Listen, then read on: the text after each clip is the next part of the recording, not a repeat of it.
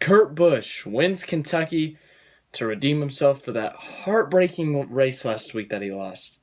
If you don't remember, Matt McCall made the call to come down pit road, and then they lost. But this week they won on a call, so it's all good. For the first time since the end of 2015, Chevrolet has won 3 consecutive races. That's right. They've won Chicagoland, Daytona, and now Kentucky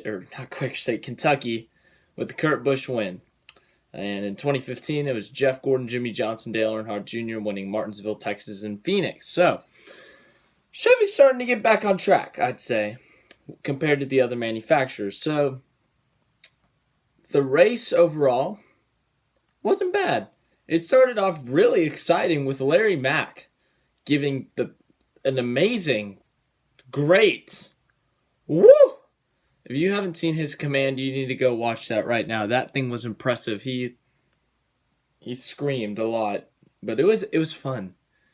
I loved it. I loved every second of it. But yeah, so Daniel Suarez basically dominated the opening stage. He led 50 or so of the first 80 laps in that stage. They made a strategy call. It kind of shuffled him back a little bit.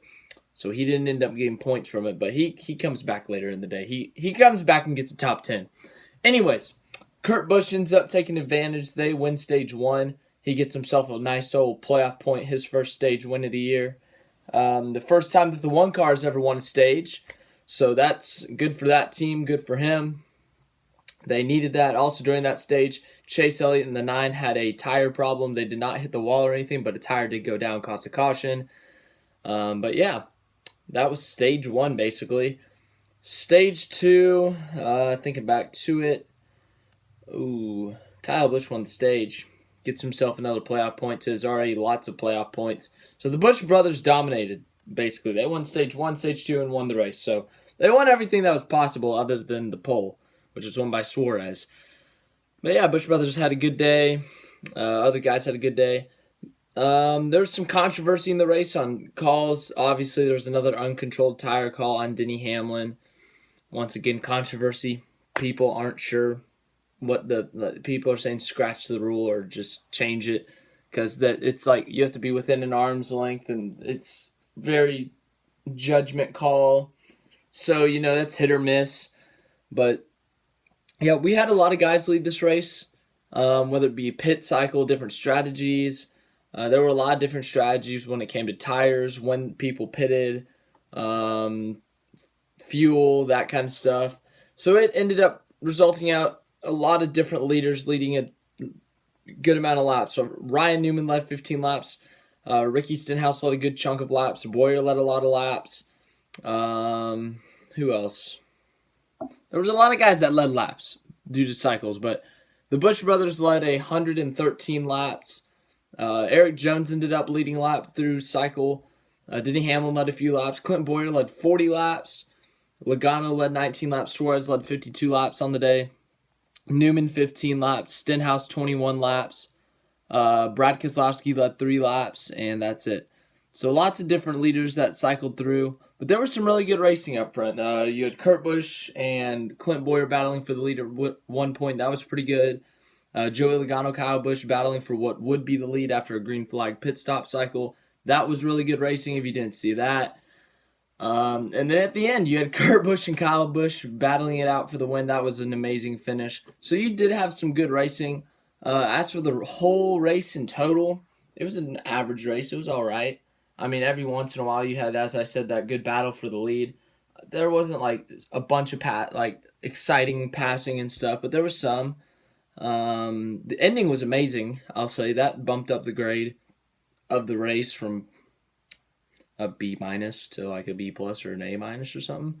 But for the Kentucky race, it was pretty good. Pretty dang good stuff. Better racing than what we've seen in the past. First Chevy win at Kentucky, which is nice for Chevy. But it was a pretty all-right race. So obviously Kurt Busch won the race, as I said earlier. And in yesterday's video, I quickly recapped that finish. But first time Chip Ganassi gets a win since, September of 2017, I believe.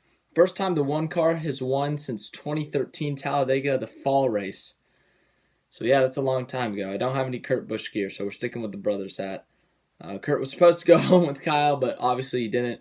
If Kyle had wrecked Kurt and they both got taken out and didn't win, that'd be a rough ride home and potentially a rough Thanksgiving for that family. But yeah, Kurt Busch wins, gets his first win of the season, locks himself into the playoffs. By far been the most consistent Chevy on this year. Highest ranked Chevy in points, has the most top 10s, now has a win. But yeah, he's had a pretty good year in the number one car. He's exceeded my expectations. I did not have him in the playoffs, and now he is one of the top playoff contenders. So, congratulations to him. Go rack up some more playoff points to get yourself further in the playoffs. He also got a stage, so he's already up to 6 playoff points. Kyle Busch finished second. At this point, all he needs is playoff points because he's locked into the playoffs, so that's all he wants. Regular season points are nice for him because he comes back and stuff. But Matt gets some more playoff points, so that's good for him. Eric Jones in desperate need of a win, or not desperate need, but he needs a win to get in the playoffs. Obviously, he's like on the border right now. I think he's barely in by like 3 points.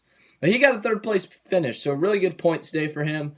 But obviously, he would want that win to validate that spot in the playoffs. Fourth, Kyle Larson completes the very successful day for Chip Ganassi Racing. Helped push Kurt Busch on that final restart to the lead, to the outside of Logano and Kyle Busch. And eventually, Kurt Busch would walk away with a win. And Kyle Larson would get second. So both Chip Ganassi cars are in the top 5 for today. Really good day for that team.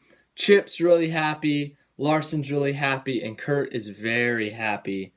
Very awesome for the team. Did you know, I forgot to say this, but 29 years ago yesterday was the death of Davey Allison.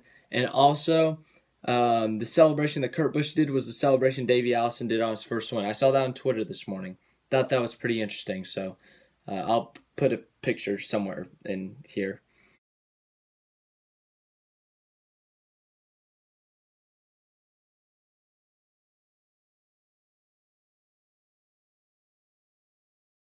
Denny Hamlin finished 5th.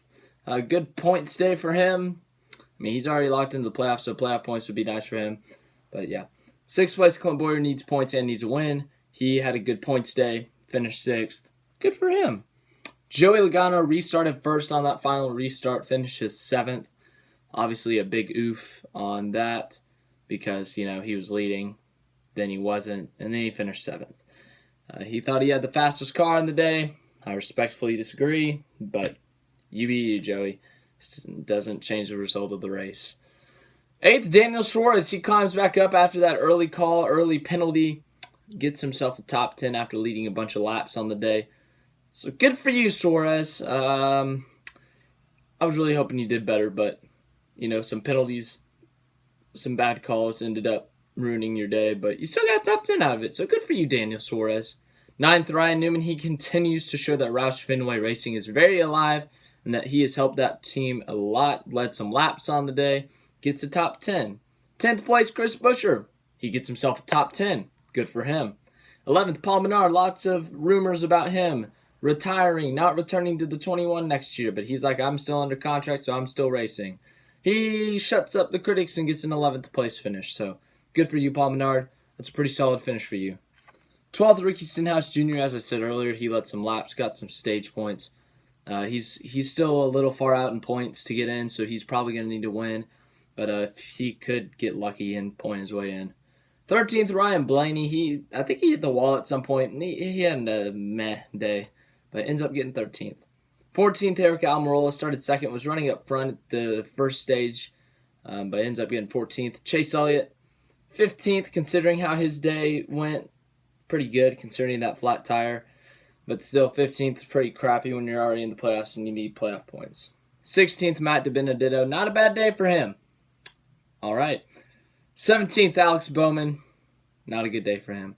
18th, William Byron. All right. We're going to settle the controversy here. If you did not see, go look it up. There was a restart late in the race. I don't know how many laps were left, but Clint Boyer was restarting on the outside as the leader, William Byron on the inside. You get into the restart zone. So it's the zone, like this.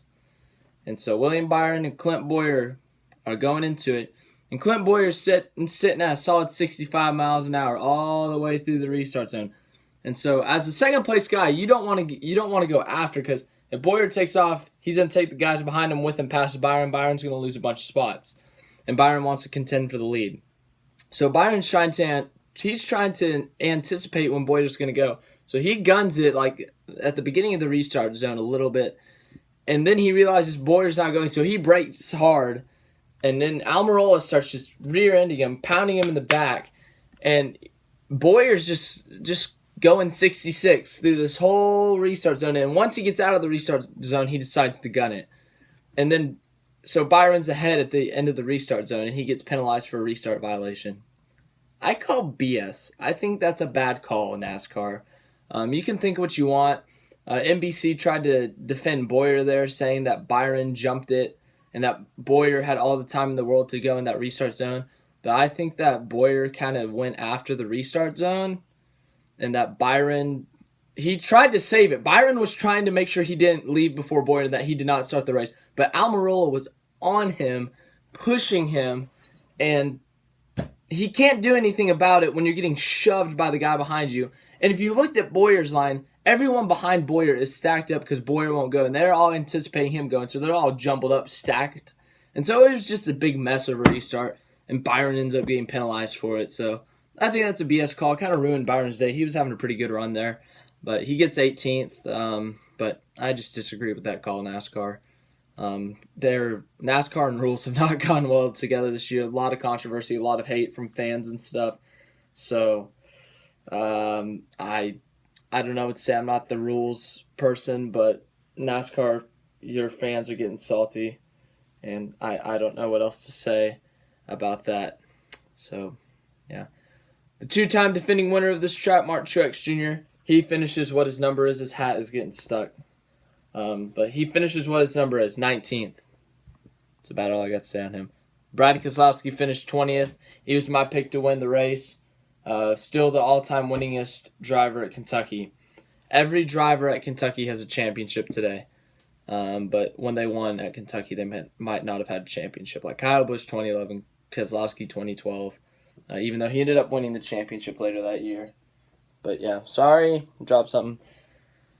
21st, Ryan Preece. 22nd, Kevin Harvick. I think he had like a late penalty or something.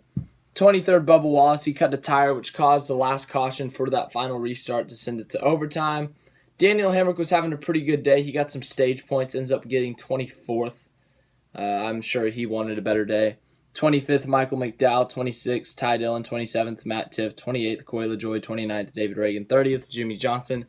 Oh, Jimmy. He had such a good buffer on that points gap. He had like a 40-point buffer. Then he blows the right rear tire, hits the wall, ruins his day. He finishes 30th, and now he's back to like a 10-point buffer.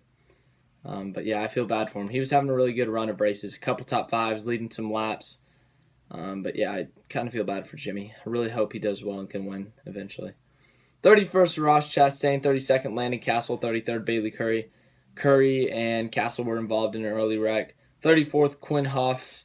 The 77 can make the playoffs in owners' points. They're like 90 points out, but they cannot make the playoffs with driver, obviously, because Justin Haley is running Xfinity points. So for those of you who need to know, that's it.